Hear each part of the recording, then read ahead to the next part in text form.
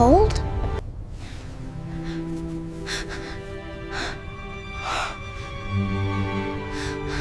So they flew higher and higher until they reached the candy clouds, where everything tasted like sunshine and honey. "You need a home, and I need a mother for my son," said the lonely CEO to the shivering cleaner outside his tower. Snow fell heavy over Chicago, burying the city under white silence. Past 1 a.m., the streets stood abandoned, streetlights casting ghostly halos through the blizzard. The final bus had already left the Thomas Enterprises stop, its taillights swallowed by the storm. Vicki Williams crouched beneath the building's narrow entrance overhang. Her cleaning uniform, thin navy polyester with white collar, showed beneath a threadbare jacket 2 sizes too large. Dark coils of hair clung damp against her brown skin. Her bare hands were pressed between her knees, fingers numb past the point of pain. A shiver racked through her body. A cough tore from her chest. She stayed motionless, eyes on the ground, watching snow accumulate around her worn sneakers.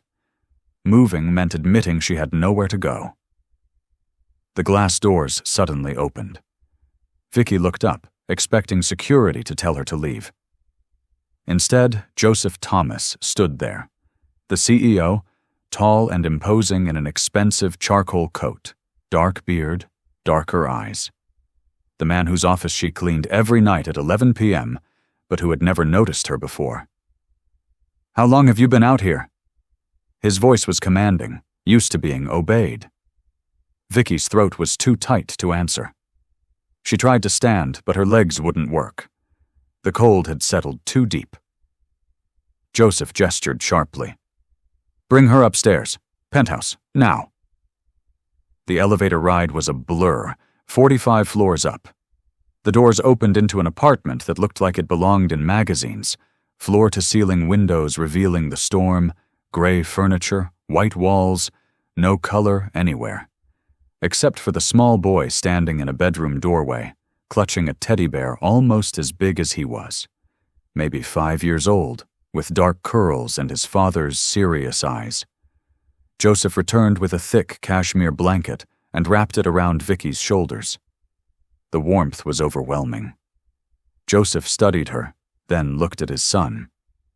The boy was still watching Vicki, something shifting in his small face. "You're Vicki Williams. You clean the executive floor." Joseph's tone made it a statement, not a question. "Where do you live?" Vicki's jaw tightened. "A shelter, when there's room." "You're homeless." "I'm managing." "You were freezing to death outside my building." Joseph moved to the windows. "My son hasn't spoken in a year, not since his mother died. The therapists, the nannies, nothing works. He won't connect." He turned back. "But he's been watching you since you walked in. That's more interest than he's shown in anything for 12 months. Vicki looked at the boy. He was still staring, clutching his bear. "I'm making you an offer," Joseph said. "You need a home. I need someone who can reach my son, move in, live here, take care of Jason. In exchange, you get a room, salary, benefits, stability. You want to hire me as a nanny? I want to give you what you need. And you give me what I need." His expression was intense. "You're homeless and trying to survive alone. I'm watching my son disappear into silence in a penthouse full of everything except what matters. This isn't charity, it's a transaction. I'm a cleaner. I don't know anything about... Whatever you know doesn't matter. What matters is that he looked at you." The boy, Jason, took a step forward.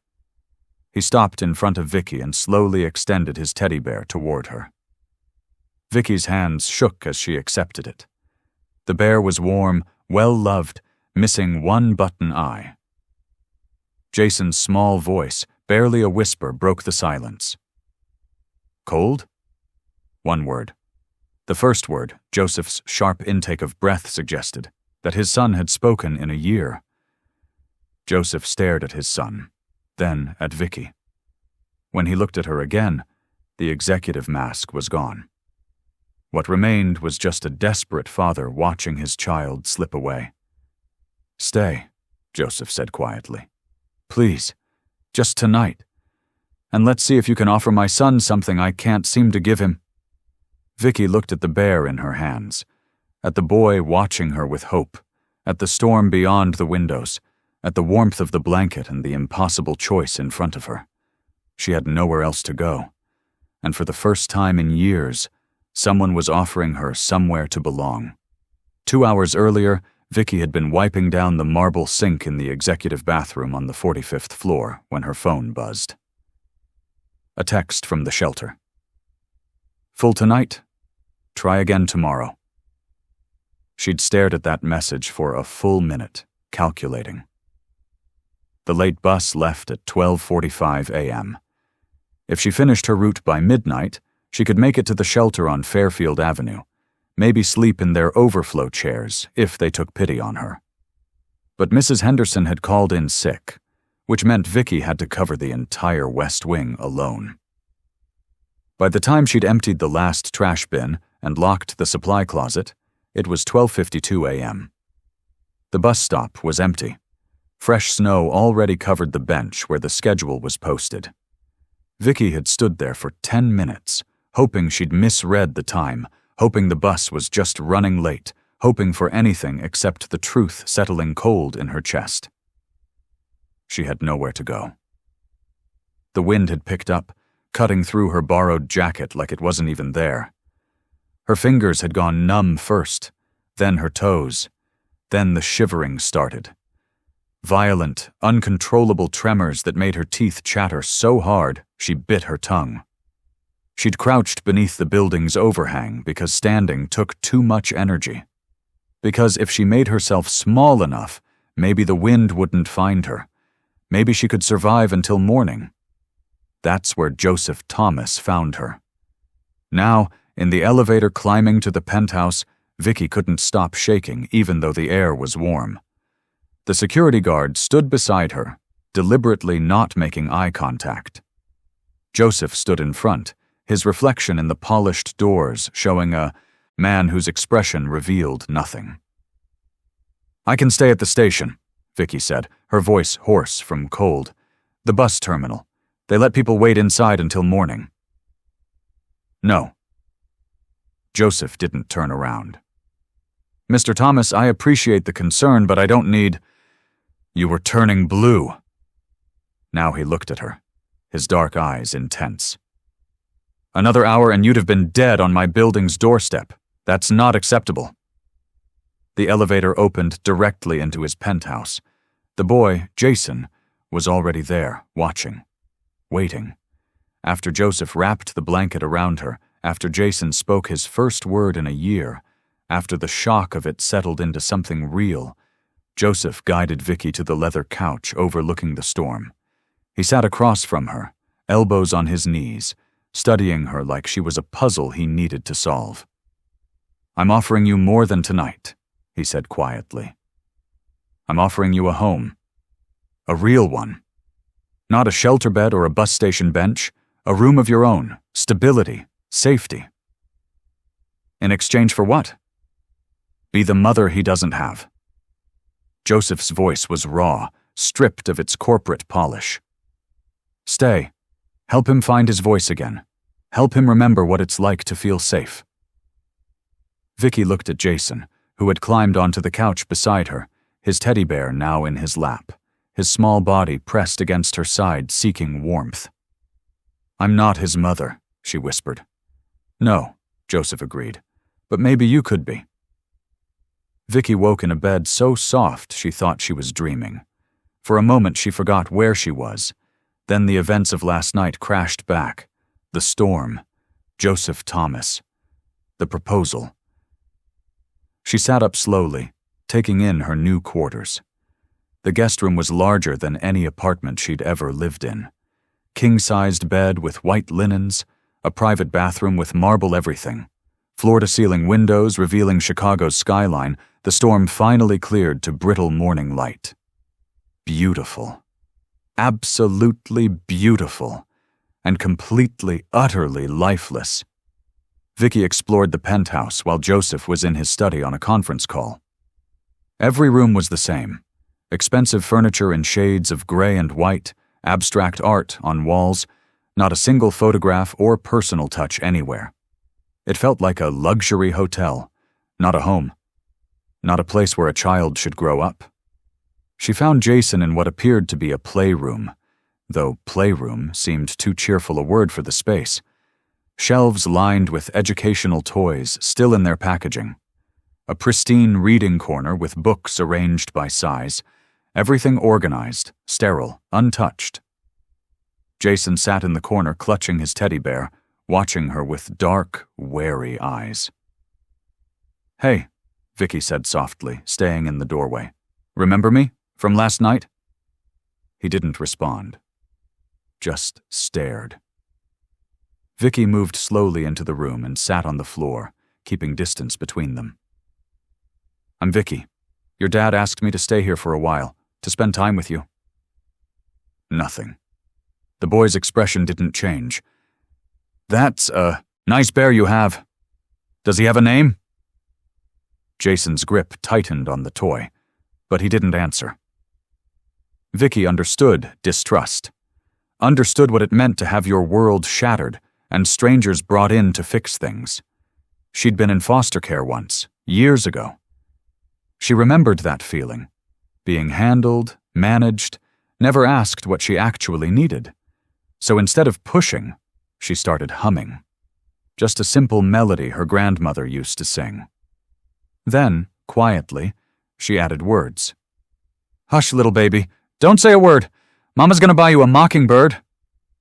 Jason's head tilted slightly, listening.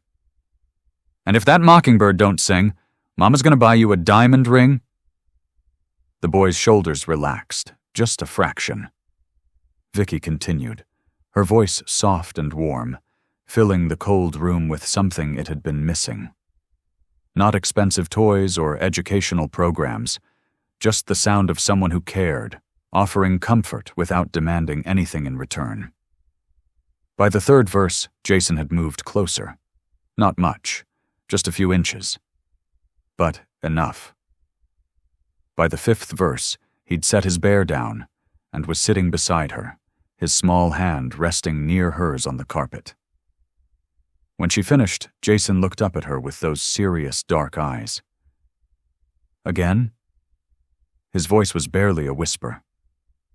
Vicky smiled. "Yeah, baby. Again."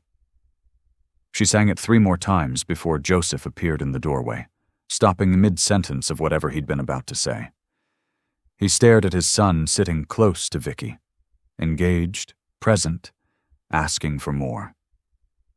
For the first time since his wife died, Jason looked like a child instead of a ghost. The first thing Vicky changed was breakfast. She'd woken early to find Jason's nanny, a severe woman named Patricia, preparing the boys' morning meal. A beige nutritional shake, precisely measured vitamins, and sliced fruit arranged in geometric patterns on a designer plate. "What is that?" Vicky asked. Mr. Thomas's nutritionist prepared the menu. Everything Jason needs for optimal development. Where's the joy? Patricia blinked. Excuse me? Never mind. Vicky opened the industrial-sized refrigerator and found eggs, milk, flour. I'll handle breakfast today. 20 minutes later, Jason sat at the kitchen island, staring at a stack of chocolate chip pancakes shaped like teddy bears. Real maple syrup, whipped cream, a glass of cold milk. He looked at Vicky, then at the pancakes, then back at Vicky. It's okay, she said gently. They're for eating, not looking at. Jason picked up his fork and took a small bite. His eyes widened. He took another bite, then another. For the first time since Vicky arrived, she saw him smile. The next day she opened the curtains. All of them. Every window in the penthouse had been covered with automated blackout shades, keeping the space dim and cave-like. Vicky overrode the system and let Chicago's winter sunlight pour in. Mr. Thomas prefers the shades down, Patricia protested. Mr. Thomas isn't a 5-year-old who needs to see the sky, Vicky replied.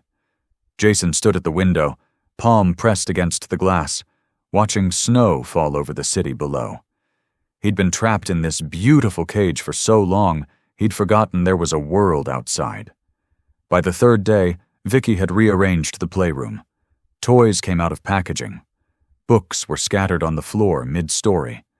Building blocks formed a lopsided tower in the corner. The space looked lived in, messy, real. She found construction paper and crayons and let Jason draw whatever he wanted. His pictures went on the refrigerator with magnets, stick figures and scribbled rainbows disrupting the penthouse's monotone perfection. She baked cookies, made hot chocolate, taught Jason to dance in socks on the marble floors. On the 5th evening, Joseph came home from work at his usual 7 p.m., expecting the usual silence. Instead, he stepped off the elevator into warmth. The smell of roasted chicken and herbs filled the air. Music played softly from the living room. Not classical, not educational, just cheerful pop music. And cutting through everything else was a sound Joseph hadn't heard in over a year. Giggling. He found them in the kitchen. Vicky was showing Jason how to frost sugar cookies, and the boy was deliberately making a mess, smearing icing everywhere, laughing as Vicky pretended to scold him. The kitchen looked like a disaster zone. Flour on the counters, mixing bowls in the sink, cookie sheets covering every surface. It looked like home. Joseph stood in the doorway, briefcase still in hand, and something in his chest cracked open. This sterile mausoleum he'd built to protect himself from feeling anything had been transformed in less than a week by a woman who understood what his money couldn't buy. Jason looked up and saw his father. Instead of retreating into silence, the boy held up a misshapen cookie. "Look, Daddy, I made a bear." Daddy. Not father. Not the formal, distant title Joseph had insisted on. Daddy. Vicky met Joseph's eyes across the kitchen, and for just a moment, neither of them looked away. It was past midnight when Vicky noticed the light still on in Joseph's study. She'd put Jason to bed 2 hours ago, read him 3 stories, and stayed until his breathing evened into sleep. The penthouse was quiet except for the hum of the heating system and the distant sound of the city below. She knocked softly on the study door. "Come in." Joseph sat behind a massive desk covered in contracts and financial reports, his tie loosened, sleeves rolled up, looking exhausted in a way that expensive suits couldn't hide. "I made tea," Vicky said, carrying in a tray. "Thought you might need it?" He looked up, surprise flickering across his face. "You didn't have to do that." "I know."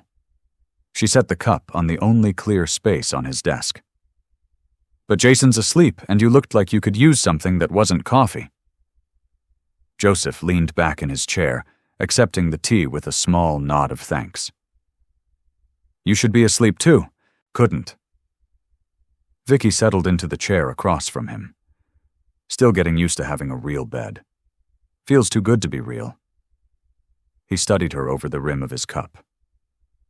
"How long were you homeless?" 8 months. Before that, I had a studio apartment. Lost it when I lost my job at the elementary school." "You were a teacher?" "Aspiring." Vicky smiled sadly. "I was a teacher's aide, working toward my certification. Then the school district cut funding. Last hired, first fired. Couldn't make rent on unemployment. Everything just collapsed." Joseph was quiet for a moment.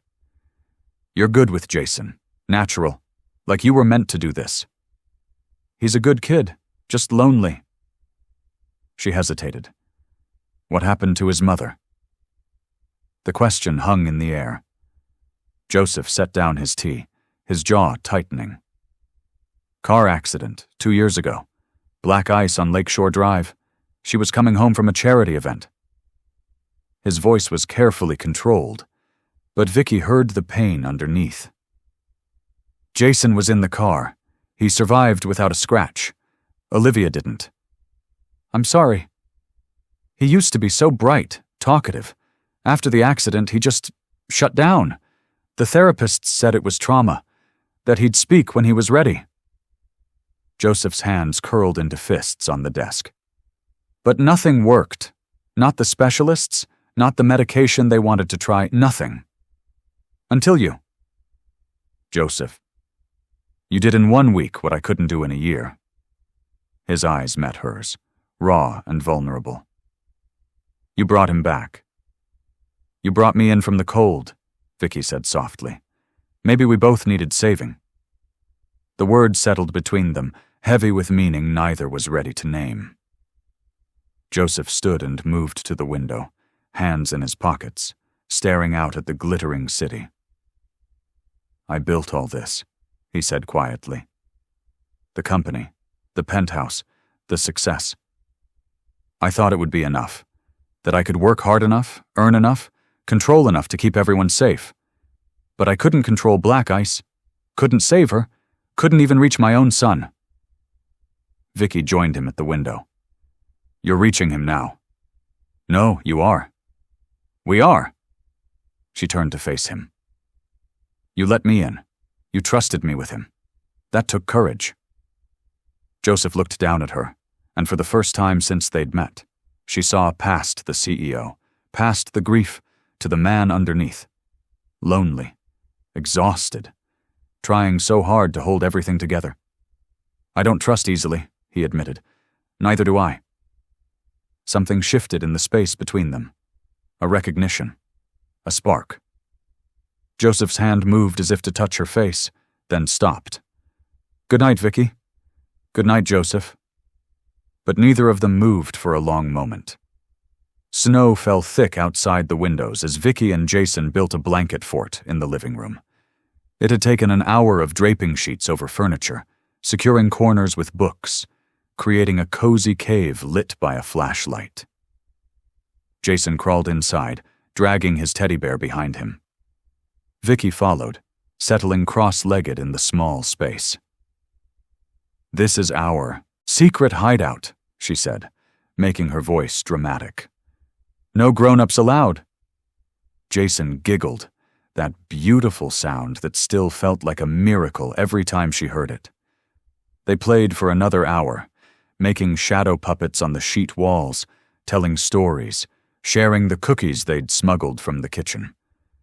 Jason's guard had completely dropped. He leaned against Vicky's side, comfortable and secure in a way he hadn't been with anyone since the accident. Vicky? His small voice was thoughtful. Yeah, baby? Can you stay forever? Vicky's throat tightened. I'm here now.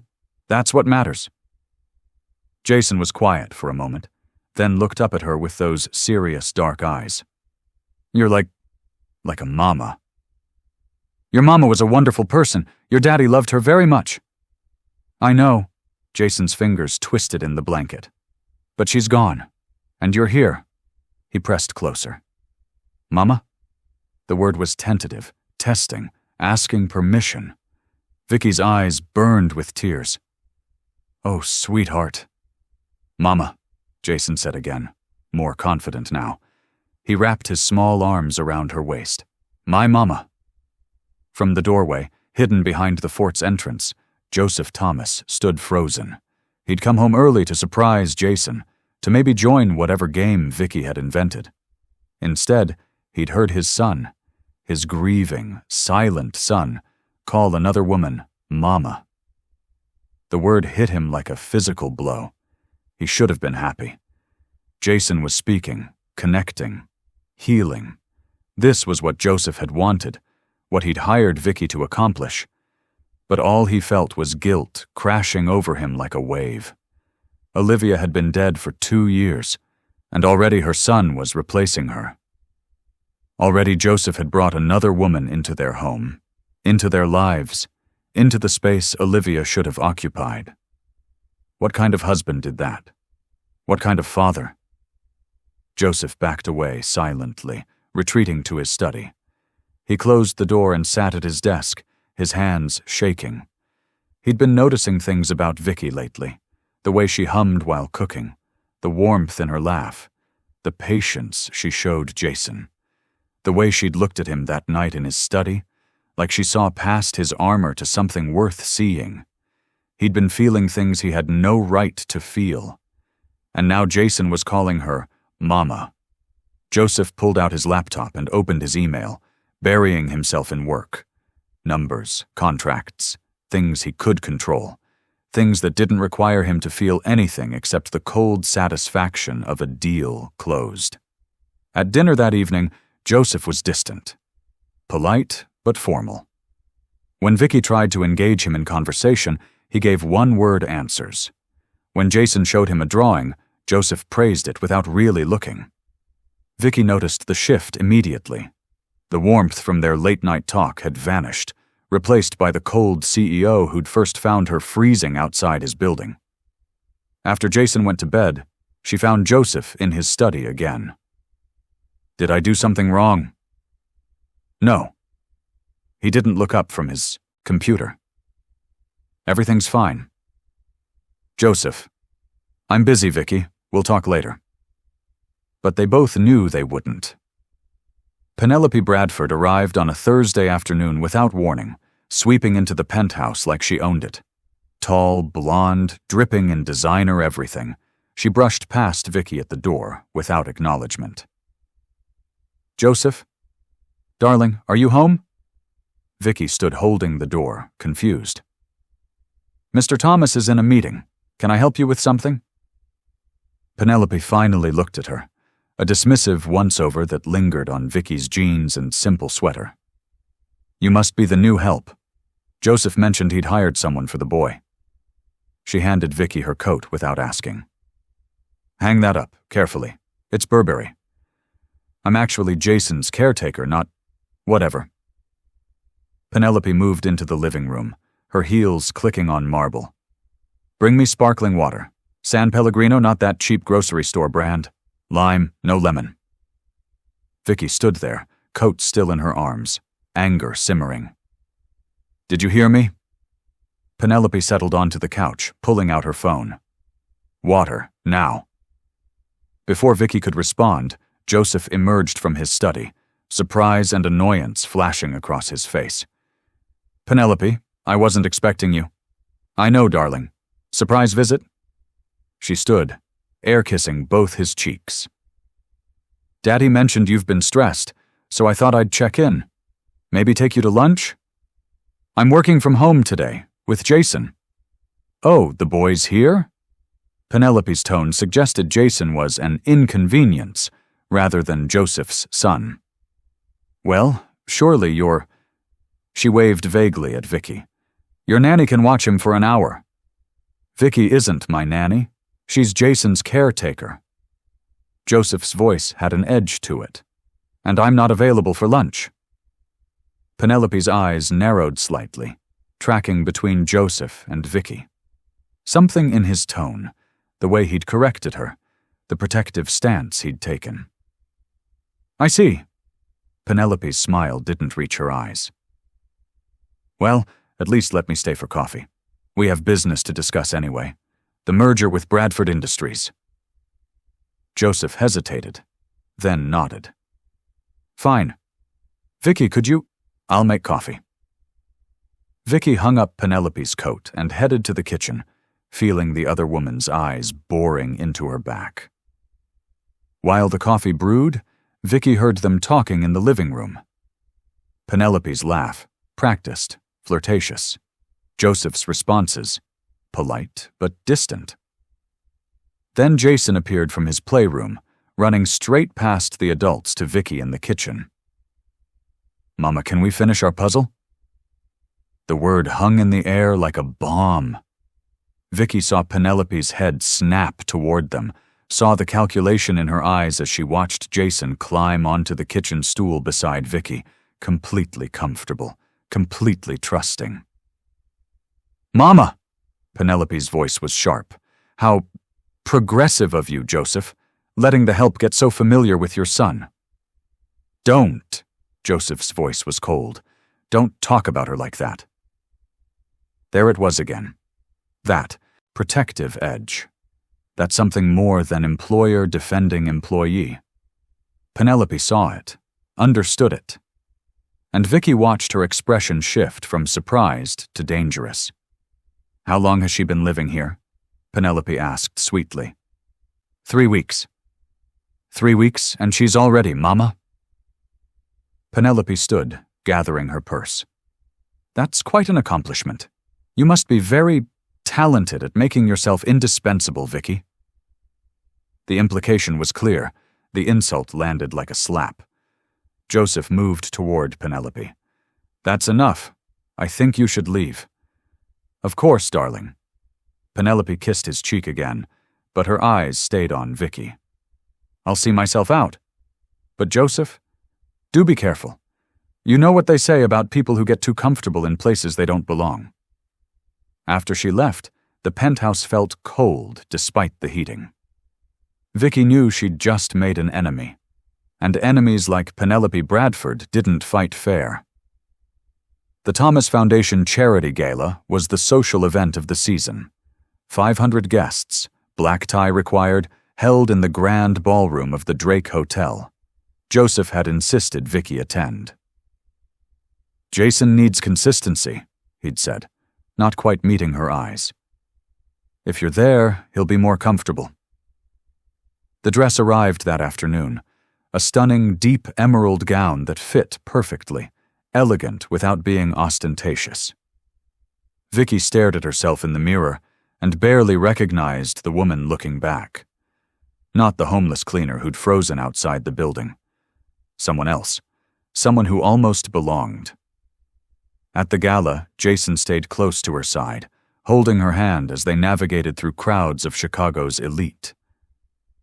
Joseph worked the room with practiced ease, shaking hands, making small talk, but his eyes kept finding Vicky across the ballroom. Penelope appeared like a viper in diamonds, her silver gown glittering under chandeliers. She'd been watching all night, waiting.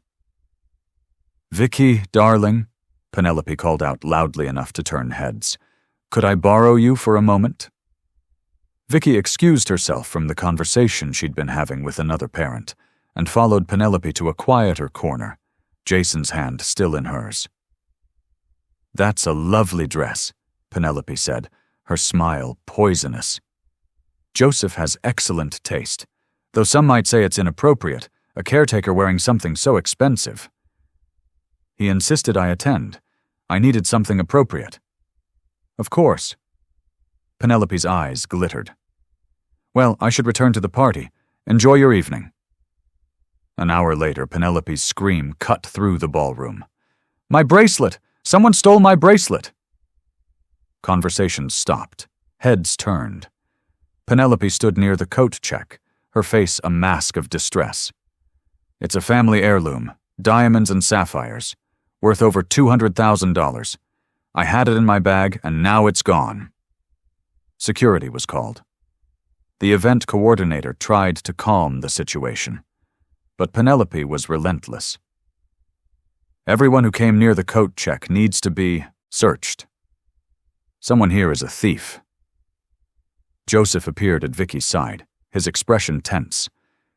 This is ridiculous. Penelope, you probably left it at home. Search everyone, Penelope insisted. I won't leave until my bracelet is found. The security team began methodically checking bags. When they reached Vicky, she handed over her small clutch without hesitation. She had nothing to hide. The guard opened it. Inside, nestled among her phone and lipstick, was Penelope's diamond bracelet. The ballroom went silent. Vicky stared at the bracelet, her mind spinning. Oh my God. Penelope's voice was perfectly calibrated shock. I can't believe, Vicky, how could you? I didn't take it, Vicky's voice rose. I've never seen that bracelet before. All eyes turned to Joseph. His face had gone pale, his expression unreadable.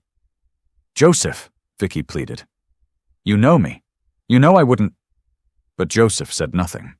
He stood frozen, torn between the woman who'd brought life back into his home and the daughter of his most important business partner, between his heart and his company. The hesitation lasted only seconds. But it was enough. Vicky saw it in his eyes. Doubt. Fear. The calculation of a CEO weighing risks and benefits. "Mr. Thomas, should we call the police?" the security guard asked. Joseph's jaw clenched. We should handle this privately. Vicky, perhaps we should step outside and discuss." "Don't!" Vicky's voice broke. "Don't you dare!" She pulled off the emerald dress's matching bracelet he'd given her to complete the outfit and dropped it on the floor. "I quit." Vicky walked out of the Drake Hotel in her emerald gown, ignoring the whispers that followed her. She took a taxi back to the penthouse, Joseph's penthouse, not hers, never hers, and changed into her old clothes. The jeans and sweater she'd arrived in 5 weeks ago. The beautiful dresses Joseph had bought stayed in the closet. The jewelry stayed on the dresser. She took only what was hers. A small bag of clothes, her phone, the $23 in her wallet. She left a note for Jason on his pillow. "You are the bravest, kindest boy I've ever known. Never forget that. Love, Vicky." Then she walked out into the Chicago night, leaving behind the warmth, the safety, the fairy tale that had never really been hers to keep. The shelter had a bed available. She took it, crying silently into a thin pillow, her heart shattered by the look in Joseph's eyes when he'd hesitated. That moment of doubt had told her everything she needed to know. She would always be the help, the cleaner, the woman who didn't belong. At the penthouse, Jason woke at dawn calling for Vicky. "Mama? Mama?" Patricia, the old nanny, hastily called back, tried to soothe him. "Miss Williams had to leave, dear. But I'm here." "No." Jason shoved past her, running through the penthouse. Empty bedroom. No Vicky. He found the note, couldn't read most of it, but understood what it meant. She'd left him. Everyone left him. The meltdown started in his bedroom and spread. Jason tore sheets off his bed, threw toys against walls, ripped drawings off the refrigerator. He screamed until his voice went hoarse, then collapsed in his closet, clutching his teddy bear, retreating back into the silence he'd lived in before Vicky. Joseph arrived home to chaos. Patricia in tears, Jason unresponsive. The penthouse destroyed. What happened? He woke asking for Miss Williams when he realized she was gone. Patricia gestured helplessly at the destruction. Guilt crashed over Joseph. He'd done this, his hesitation, his cowardice, his inability to defend the woman who'd saved his son. He went to Jason's room, stepping over broken toys, and found his son in the closet. "Jason, I'm so sorry. I made a terrible mistake." Jason didn't respond. Didn't even look at him. Joseph's phone buzzed. Hotel security. They'd reviewed the footage from the coat check area. The video showed everything. Penelope approaching Vicky's bag while Vicky was across the room with Jason. Penelope's hand slipping inside, the bracelet being planted, the whole setup captured in high definition. Joseph's hands shook as he watched. Penelope had framed Vicky, and he'd let her. He'd doubted the woman who'd given everything to help his son, who'd brought color and life and love back into their gray existence. He'd chosen wrong. Joseph looked at his son, broken in the closet, and knew exactly what he had to do. He grabbed his coat and keys. "Where are you going?" Patricia called. "To bring her home." But when he called Vicky's phone, it went straight to voicemail. When he went to the shelter where she'd stayed before, they said she'd checked in last night but left at dawn. Vicky Williams had disappeared into the city, and Joseph Thomas had no idea how to find her. Joseph checked every shelter within 10 miles. Nothing. He called hospitals, police stations, anywhere she might have gone. It was Patricia who finally thought of it. She mentioned once that she had a cousin in Milwaukee. Said if she ever got enough money together, she'd take a bus there and start over. The Greyhound Terminal.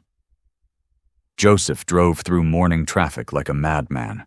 Jason strapped in the back seat, still clutching his teddy bear, refusing to be left behind. When they pulled up to the terminal, Joseph grabbed his son's hand and ran inside. The station was crowded. Travelers with luggage, families saying goodbye, the smell of coffee and diesel fuel. Joseph scanned faces desperately, his heart pounding. Then he saw her. Vicky stood in line at the ticket counter, her small bag slung over her shoulder, wearing the same threadbare jacket she'd had on the night he found her freezing. She looked small, tired, defeated. "Vicky!" She turned at his voice, her eyes widening. Then her expression closed off, guarded. "What are you doing here?" Joseph crossed the terminal in seconds, Jason running to keep up. "Don't get on that bus. I don't work for you anymore, remember?" Her voice was steady, but he could see the pain underneath. I know I failed you. At the gala, when I should have defended you immediately, I hesitated. I let you down when you needed me most." Joseph's voice broke. "I saw the security footage. Penelope planted the bracelet. I have proof. I've already filed charges against her." "Good for you." Vicky turned back toward the ticket counter. "I'm not here because of the bracelet." Joseph moved in front of her, blocking her path. "I'm here because I've been a coward. Because 5 weeks ago I told you I needed someone to be a mother for my son. But that's not why I need you to stay." Vicky's hands trembled. "Joseph, I need you because when you walk into a room, everything gets brighter. Because you turned my mausoleum into a home. Because you see past my money and my walls to the man underneath." His voice dropped to barely a whisper. "Because I'm in love with you, Vicky Williams.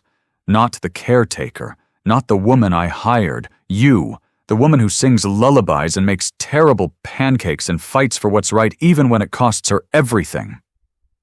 Tears streamed down Vicky's face. "You hesitated. When everyone was watching, you didn't defend me." "I know, and I'll regret that moment for the rest of my life, but I'm here now. I'm choosing you now, not as an employee, not as a transaction, as my partner, as the woman I love." He reached for her hand. "Please come home. Not to work, not to take care of Jason, just to be with us, with me." "Mama." Jason's small voice cut through the terminal noise. He stood beside his father, tears on his cheeks. "Please come home." Vicky dropped to her knees, and Jason ran into her arms. She held him tight, sobbing into his hair. "I'm sorry I left," she whispered. "I'm so sorry, baby." "Then don't leave again." Joseph knelt beside them, his hand on her back. "Come home. Be with us. Let me spend the rest of my life proving you belong there." Vicky looked up at him through tears. "Not as the help?" "As my family." Joseph pulled the emerald bracelet from his pocket, the one she'd dropped at the gala. "As my equal. As the woman I want to build a life with." Vicky took the bracelet, then took his hand. "Take me home, Joseph." They walked out of the terminal together. Not CEO and employee, not millionaire and cleaner, but 3 people who'd found each other in a storm and decided to build something real. Home wasn't a penthouse or a mansion. Home was standing right beside her, holding her hand, promising forever. So you watched Vicky go from freezing on the streets to finding a family. But here's the reality. 8 out of 10 of you will scroll past this without subscribing. That means when I drop the next story about a woman who discovers her fake engagement has become terrifyingly real, you'll miss it. Don't let that happen. Hit subscribe and turn on notifications right now, because if this story made you feel something, you deserve to be here for what's coming next. Do it. I'm waiting.